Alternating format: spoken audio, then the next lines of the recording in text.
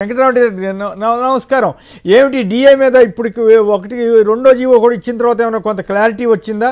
ఈ ఓవరాల్గా ఈనాడు ఆంధ్రప్రదేశ్ అయితే ఉద్యోగులంతా చాలా హ్యాపీగా ఉన్నట్లుగా, వాళ్ళంతా బ్రహ్మాండం ఉన్నట్టుగా ప్రచారం జరుగుతోంది. ఎంతవరకు వస్తుంది?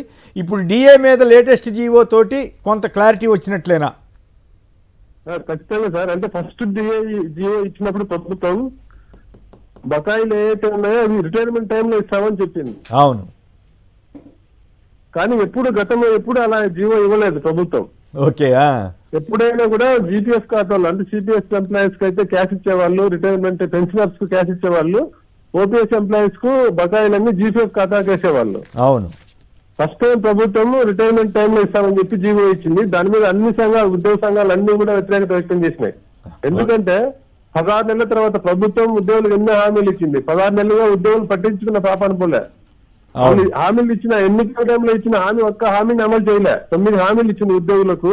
9 హామీల్లో ఒక్క హామీ అమలు చేయకుండా రెగ్యులర్ గా చేసే డిఏ అంటే సంవత్సరానికి 2 డిఏలు ఇవ్వాలి.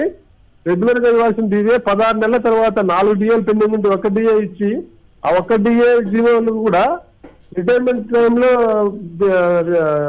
అరియర్స్ ఇస్తామని చెప్పడం ఉద్యోగులు చాలా అసంతృప్తిని, చాలా వ్యతిరేకత తీసుకురావడంతో ప్రభుత్వం ఉద్యోగ సంఘాలన్నీ ఎదురు తిరిగినాయి. దానికి ప్రభుత్వం దిగేసి ఆ డిఏ జీవోను సవరించడం వల్ల కొద్దిగా అంటే ఇచ్చిన డిఏ జీవోకు కొద్దిగానే సార్థకత చేకూరినట్లయింది.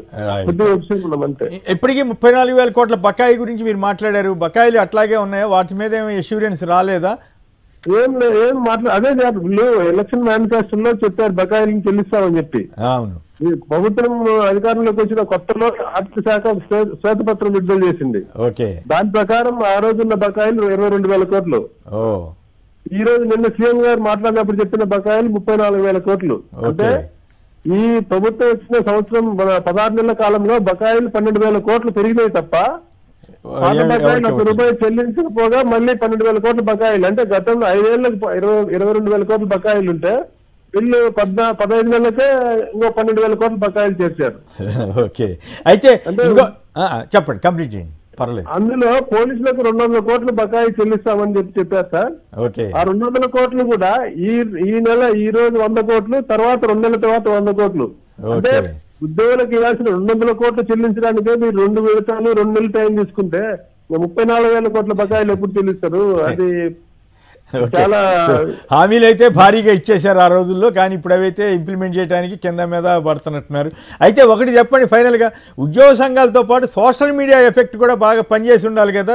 చంద్రబాబు గారు నిన్న ప్రసంగంలో సోషల్ మీడియా గురించి కూడా సవాలుగా మారింది, వ్యక్తిగత హనం అని అంటున్నారు. కానీ నిజానికి ఈ ప్రభుత్వ వైఫల్యాలను ప్రశ్నించినందుకే కదా ఇప్పుడు కందుకూరు ఇష్యూలో వాళ్ళకి బయటపడటం, కానీ ఇప్పుడు ఉద్యోగ సంఘాలకి అనండి, లేదా సోషల్ మీడియాలో ఉద్యోగులు వ్యక్తం చేసిన అభిప్రాయాలు అనండి, సో వీటి వల్లే ప్రభుత్వం దిగొచ్చిందని అనుకోవాలా? ఖచ్చితంగా సార్. ఇప్పుడు ఉద్యోగ సంఘాల నాయకులు ప్రభుత్వానికి భయపడి ఏం మాట్లాడకపోయినా ఉద్యోగులంతా సోషల్ మీడియాలో దీని మీద చర్చ బాగా జరుగుతుంది. వాట్సాప్ గ్రూపుల్లో నిన్న ఒక డిఏ ఇచ్చినందుకు మీరు చూడండి, మన డిఏ విడుదల చేసిన దాని మీద ఉద్యోగులు ఎంత సెటైరికల్ గా ఉన్నారంటే, డిఏ విడుదల చేసినందుకు ప్రపంచవ్యాప్తంగా సంబరాలు అని చెప్పి ఒక వీడియో సోషల్ మీడియాలో వైరల్ అవుతుంది. అట్లా ఏంటి దాని అర్థం ఏంటి? ఏపీలో ఒక డిఏ విడుదల చేసినందుకు ప్రపంచంలో అంతా ప్రపంచ నలుమూలలో సంబరాలు చేసుకుంటున్నారు. దీపావళి సందర్భంగానే ఒక వీడియో ఎద్దేవా చేస్తూ అనమాట ప్రభుత్వాన్ని.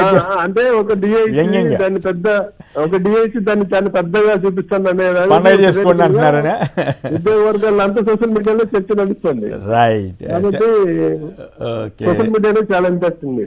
రైట్, థ్యాంక్ యూ వెంకటరామరెడ్డి గారు. సో డిఏ ఇష్యూ మీద కొంత దిగొచ్చింది ప్రభుత్వం అని వెంకటరామరెడ్డి గారు చెబుతున్నారు.